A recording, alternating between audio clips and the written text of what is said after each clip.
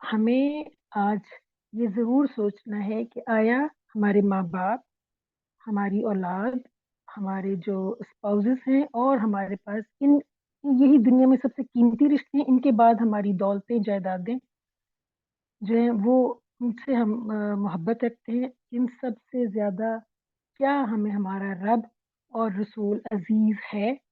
اگر جواب ہے میں ہے تو پھر ہمارا ایمان جو ہے نا الحمدللہ بہترین درجے کے اوپر ہے۔ نمبر 3، ہمیں سیرت کیوں پڑھنی چاہیے؟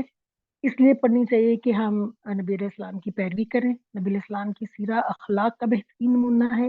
اگر کسی کو جنت کی خواہش ہے، کوئی جنت میں جانا چاہتا ہے، تو پھر اس کے لیے یہ ہے کہ ہمیں محمد صلی اللہ علیہ وسلم کی سیرہ پر عمل کرنا ہوگا۔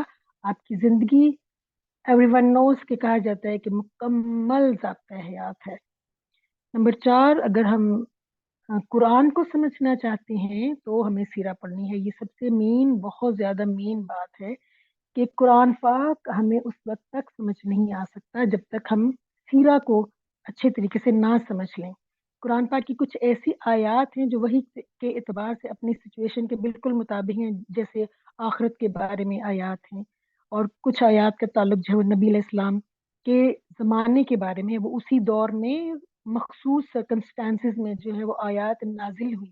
مثال کے طور پہ سورۃ احزاب کا انہوں نے ذکر کیا، سورہ عمران کا ذکر کیا کہ وہ نبی علیہ السلام کے دور میں وہ واقعات ہوئے۔ اور ان جو سورہ عمران کی بات کی تو عیسائیوں کا ڈائلاگ ہے جو نجران سے آئے تھے رسول پاک کے ساتھ ڈائلاگ کرنے کے لیے، اور تو اس وقت جو آیات نازل ہوئی وہ نبی علیہ السلام کی مدد کے طور پر اللہ تعالیٰ نے بھیجی تھی عیسائیوں کے ساتھ جو ڈائلاگ ہوئے تھے۔ پھر سورہ عمران کی آخری حصے میں غزوہ احد کے بارے میں جو ہے وہ ہمیں ذکر ملتا ہے۔ غزوہ کی تفصیلات قرآن پاک میں نہیں ہے، لیکن ان غزوہ احد کی جو ڈیٹیلز ہیں وہ ہمیں کہاں سے ملیں گی؟ وہ ڈیفینیٹلی سیرہ سے ملیں گی۔ سو قرآن پاک کی آیات کو سمجھنے کے لیے، ان کی انڈرسٹینڈنگ کے لیے ہمیں سیرہ پڑھنی پڑے گی، سیرہ پڑھنی چاہیے ایکچولی۔ نمبر 5، وہ کہتے ہیں امام صاحب کہ آپ صلی اللہ علیہ وآلہ وسلم کی سیرہ جو ہے یہ مختلف سٹیجز کے اوپر، اسلام کے اس میں مختلف ادوار آپ کو ملیں گے جن کے بارے میں ہمیں پتہ ہونا چاہیے کہ اسلام نبی علیہ السلام نے جب اسلام کی دعوت شروع کی تھی تو انہوں نے چھپ کر پہلے اسلام کی دعوت شروع کی تھی، پھر انہوں نے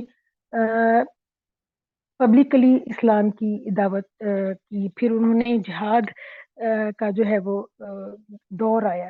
تو آپ صلی اللہ علیہ وآلہ وسلم کی جو حیات طیبہ ہے اس کے مختلف سٹیپس ہیں، مختلف سٹیجز ہیں، ان کو سمجھیں گے تو پھر ہمیں اسلام کی تحریک، اس کی موومنٹ کا مطالعہ جو ہے نا وہ بھی ہمیں کرنے کو ملے گا کہ ہمیں اسلام کی موومنٹ کو بھی آگے لے کے چلنا ہے۔ جیسے آج مجھے لگتا ہے، ہمیں لگتا ہے کہ آج جتنی اسلام کی موومنٹ کو چلانے کی ضرورت ہے، جو کہ ساحل صاحب کہتے ہیں کہ ہر 100 سال کے بعد جو ہے نا یہ وقت آتا ہے کہ کسی نہ کسی کو یہ موومنٹ لے کے آگے بڑھنا ہوتا ہے۔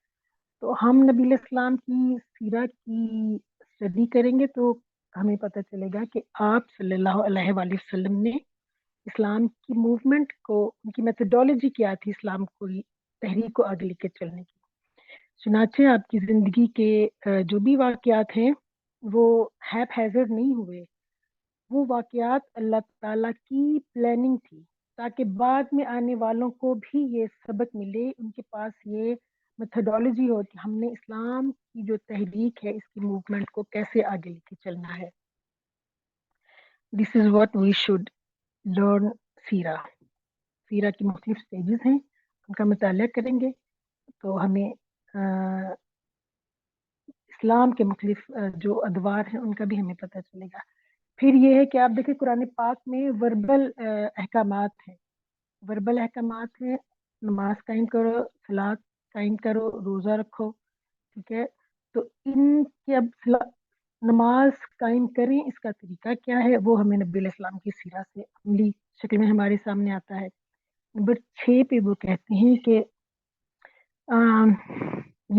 یہ والا پوائنٹ ہے، this is the most beautiful point, even though کہ سارے ہی پوائنٹ جو انہوں نے بیان کیے سیرہ کے وہ خوبصورت ترین ہیں، بٹ میرے دل کو جو ٹچ کیا نا وہ یہ والا پوائنٹ ہے کہ سیرہ کا مطالعہ عبادت ہے۔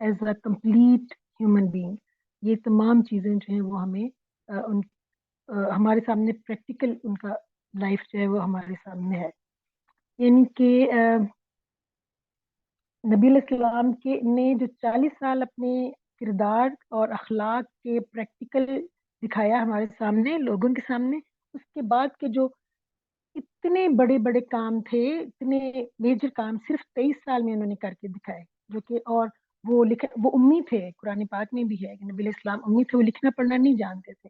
تو جو 23 سال کا اتنا ان کا میریکولس پیریڈ رہا، وہ یقیناً اللہ سبحانہ تعالیٰ کی پلاننگ تھی، اور ان کی مدد کے بغیر وہ ناممکن تھا. وہ 23 سال کا عرصہ جس میں آپ بہترین لیڈر تھے، بہترین قانون دان تھے، بہترین معلم تھے، بہترین پلانر تھے. سو انہوں نے اپنے اللہ کے نبی ہونے کا، کہ نبیوں پر جو ہے وہ اللہ کا ہاتھ ہوتا ہے، اس کا پورا جو ہے وہ ہمیں ان کا ثبوت ملتا ہے نبی علیہ السلام کی لائف کو اسٹڈی کرنے سے.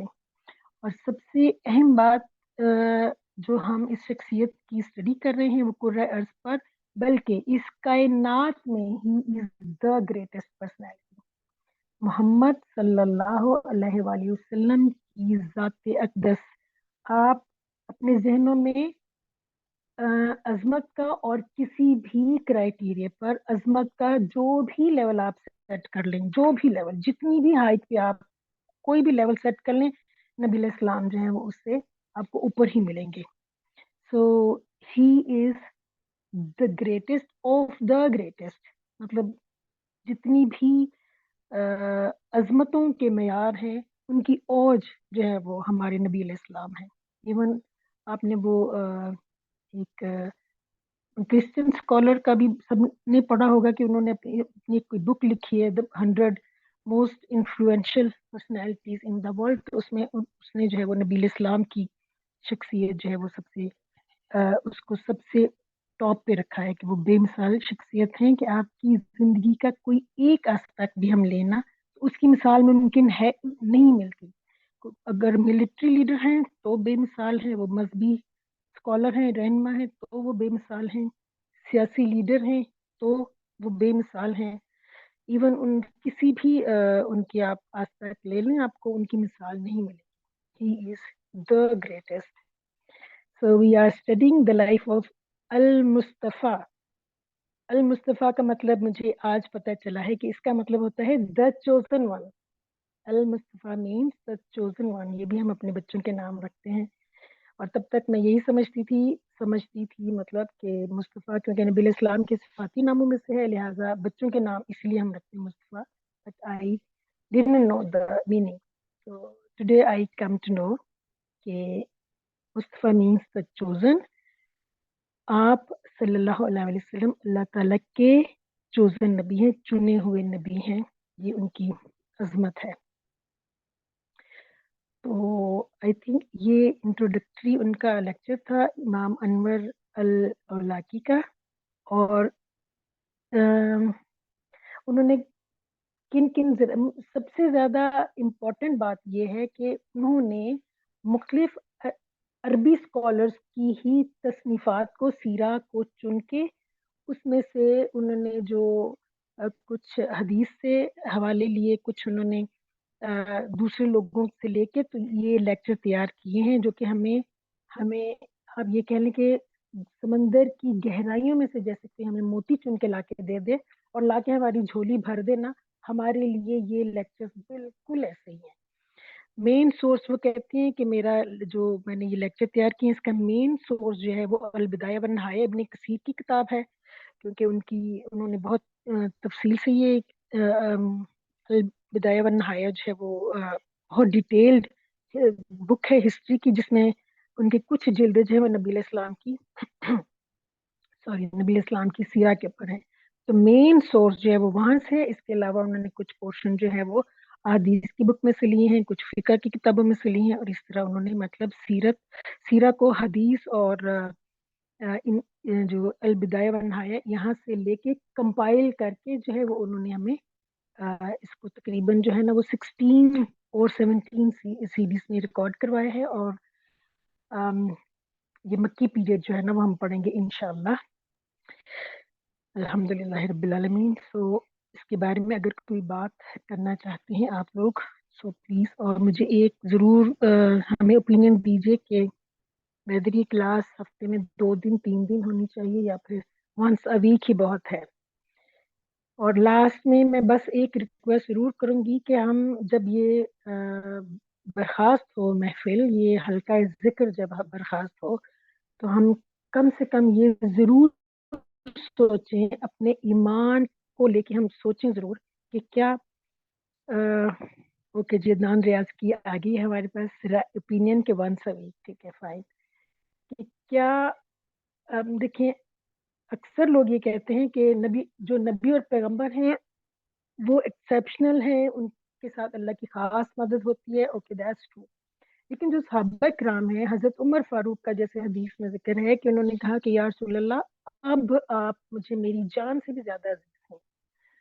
تو ہمیں خود کا جو ہے نا وہ ضرور انالیسس اپنا کرنا چاہیے کہ آیا ہمارا ایمان کا لیول جو ہے وہ کہاں پر ہے. مطلب کیا ہم do we really think so کہ ہمیں نبی علیہ السلام اپنے ماں باپ, اپنی اولاد, اپنے مال اور سب سے زیادہ عزیز جو ہے وہ اپنا نفس ہے, آپ کو اپنی جان ہے. تو کیا ہم نبی علیہ السلام کو ان سب سے اوپر رکھتے ہیں؟ کیا ہمارا ایمان جو ہے وہ اس طرح کیا ہے کہ ہم کہہ سکیں, ہم سرخرو ہوں کہ یا رسول اللہ یس we are the chosen one, ہم ہیں اس درجے پر. Thank you so very much, آپ نے سنا. اینڈ جزاک اللہ خیرن کثیرا.